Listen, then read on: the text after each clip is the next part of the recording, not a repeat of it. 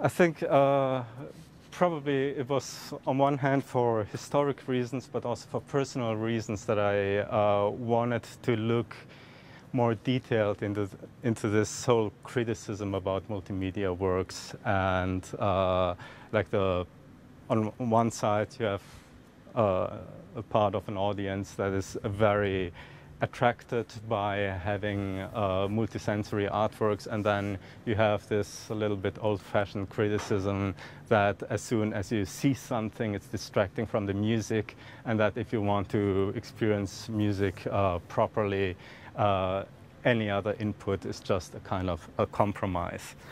And so I found it very interesting as part of my research also to look at the different arguments from the modernist point of view, and then, so to say, the postmodernist reaction to it. And so actually this is a kind of historic phenomenon which I still find very interesting, and I'm still in a way now from a different perspective, but I'm still continuing my research to better understand where certain modernist ideas really came from. But in the more recent history, we had, for example, in the visual art, somebody like Clement Greenberg, who was the kind of representative for a very purist modernist approach to art, where the idea was that everything which belongs to a piece of art has to be contained within the artwork itself, and media specificity and this kind of stuff. And it's clear that this notion of art cannot tolerate anything, any multidisciplinary approach or any form of multimedia. And I mean, multimedia also in music has been around for centuries, because opera is, of course, a multimedia form of art, maybe even the oldest one there is.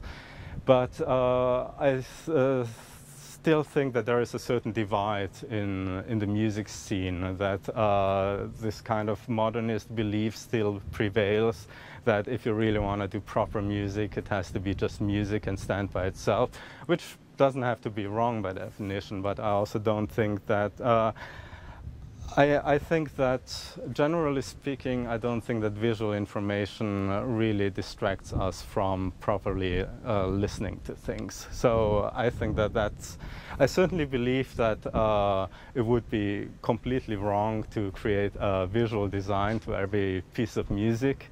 There are many pieces of music that I personally would prefer to listen to just by themselves, without any visual designs.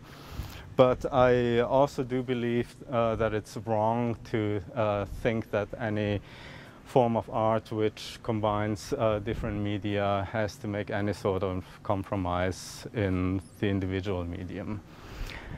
And I mean, the direct answer to Greenberg and co., or I wouldn't say that Adorno took the same position like Greenberg in music, but it can be compared in a certain respect. But a very strong answer came from this postmodernist discourse, which emerged in the 60s, most notably by somebody like Rosalind Krauss. And well, the change in the perspective was simply that a piece of art was not looked at as a kind of isolated object anymore, but something which engages into a relationship with the entire environment. And that means that it becomes very complex, and that it cannot exist as a closed entity.